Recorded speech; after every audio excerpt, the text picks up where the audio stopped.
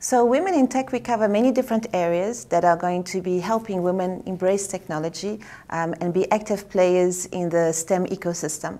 So first of all is education, then we have business and entrepreneurship, as well as social and digital inclusion and advocacy. We welcome all, obviously, jobs, careers that women can have, and we're really looking at the most disturbing technologies, I would say, the emerging technologies like cybersecurity, AI, because we really believe that those are the professions that are going to be most asked for in the future, and we want the girls to be able to be part of this fourth industrial revolution. So, well, we're covering many SDGs from no poverty, obviously the main one, I would say it's SDG 5B, which is empowering girls into the tech innovation. So that's a 5B. But we cover many of them, and what we want is really for women to be able to become self-sustainable, for them to be active players in the world, active players in innovation, to be leading technology and STEM in many different areas. So Women in Tech, we are open for everyone. So women, girls, but also men and boys and people of all genders, we welcome them. They don't have to pay, it's free. So you just go to our website, women-in-tech.org. They can sign up. They're going to have access to our Women in Tech Hub, which is a WITH platform, where they're going to be able to meet other members from around the world, not only in Uzbekistan, but also in the region and also around the world. They'll be able to attend events. We have many meetups that happen locally, but also, once again, in other countries, online as well, for those who don't have the capacity of coming to the in-person events. We have online education programs they can benefit from. We have mentoring. We have a variety of things, and all is available through our platform. So I invite them all to come. They're very welcome. So what I do find is across the countries that I visit, there are many things that are very common to everyone.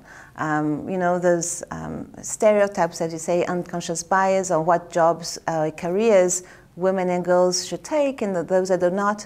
But I'm very surprised and very happily surprised on how, you know, the youth here, they're very forward-looking, but at the same time, they manage to keep their authenticity of their cultural background, which is so rich in Uzbekistan.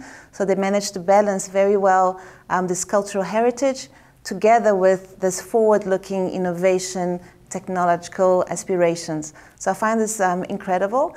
And although the Uzbek women, I find them very reserved, very centered, very modest, but they are very, I think they're getting more and more confident, and I can see their aspirations to be in the leadership roles and really to be making this change. So I think they're remarkable. I really think that the youth here, we can really learn from them because they manage to balance both, and it's very inspiring. So we opened Women in Tech here in Uzbekistan only a few months ago. It was in March, the 2nd of March, yeah, if I'm not mistaken. It was the first time I came. And I was really surprised on how welcoming they were, whether it was from the IT park, also the government. We had Kamola, who was also here to welcome us. Then we invited her to come to the Women in Tech Global Summit in Paris, and she came to represent Uzbekistan. So I'm very grateful for this welcoming that Uzbekistan has for our organization, for supporting women programs that we are doing here. And I think it's a remarkable lesson on how they're opening up. So the funding part of Women in Tech is also a difficult one because we don't depend on we're completely independent, and this is really for a reason because we don't want to be, we want to be non-political, non-governmental, non-religion, so we're really independent. So in that sense, we only accept partnerships from private partners, which makes us be sustainable, right? So we're going to be, you know, offering in-person programs for certain companies, you know, mentoring programs for the private partnerships. And so it gives us some solid, not solid, but some part of sustainability, financial sustainability to cover the basic, our basic needs. On the other hand, all the chapters, we work mostly with volunteers. So all the chapters are independent, and we rely completely on the volunteer work, which is so special, and also on the partners that need to support us, because all our work is only possible thanks to the partnerships we have, right? If we are able to do our events, if we are able to offer, we have already trained over 80,000 women and girls, 80,000 across the world. We have 3 learning centers, one in Burundi, in South Africa, in Brazil, and all of that is only possible because of those financial support from partners. So we rely completely on them, and we need to have more. But even if you don't have, it doesn't stop us. And what I'm very grateful is that not only do they support, but they authentically support. They're really inspired by the cause. They want to support women and girls for their country, because what I understand is also that all of the partners that we have here, they are local partners, right? So they are Uzbek companies more than international companies, because they know how important it is for the youth, for the girls from Uzbekistan to be able to benefit from our impact projects. Of course, it will impact everybody, you know, having more women in tech, having more girls aspiring to be better, aspiring to have good jobs, into innovation, to creativity, it impacts entire families. So, and it's also been shown, it's been proven through data, that even startups and companies, when they are led by diverse teams, they do better business, they make more money, you know, they're more successful. So it's good for everyone, it's good for the balance in the society, it's good for the business, and it's also good to have inspiration for our children. I think that when children see their moms being able to support, to give back to the society because of their hard work or of their innovation, their contributions, I think it's a wonderful lesson, and that's how the country will be able to grow even more.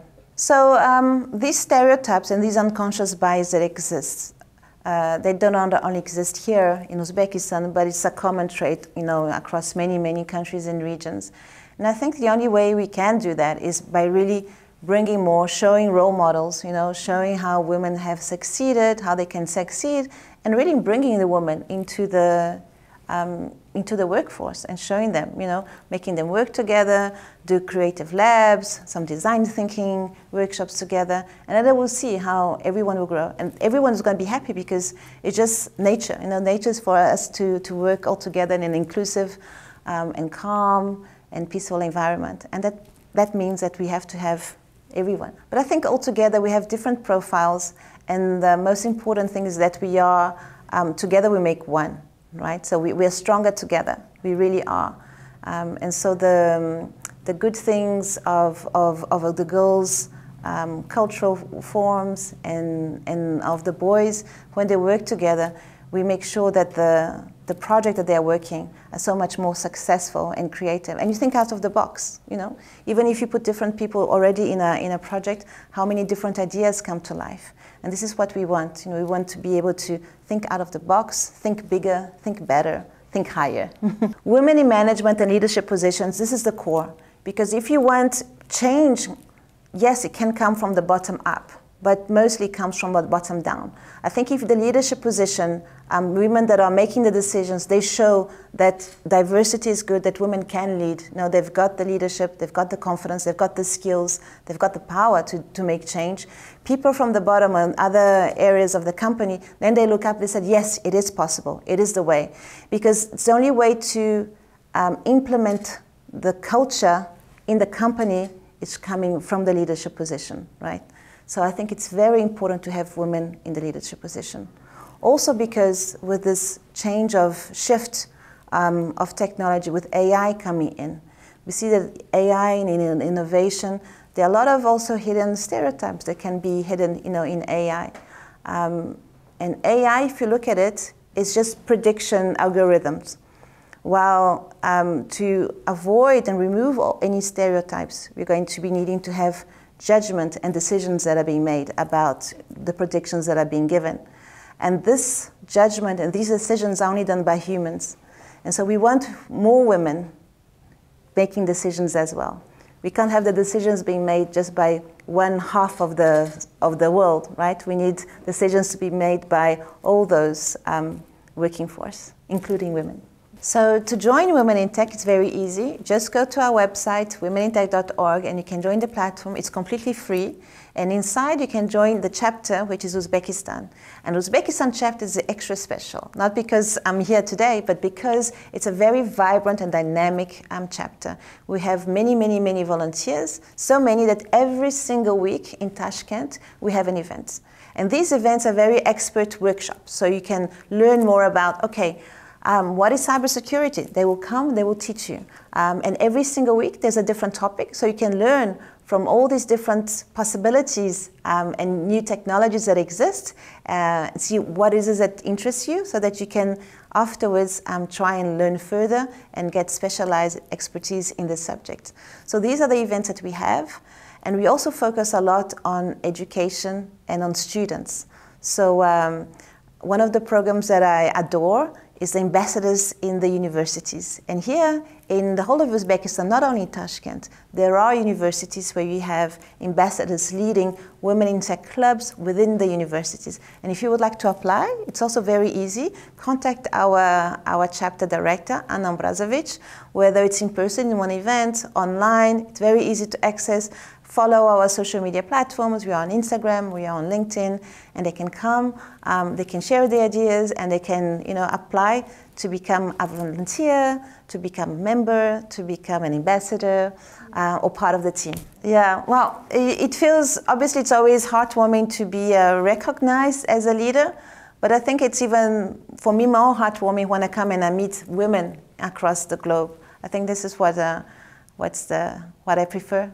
Because it's kind of an exchange. I can give a little bit of my expertise and inspiration of how I've become that person, but also learn and get the feedback from the women, their experiences on the ground, what they are looking for, and how we can work together.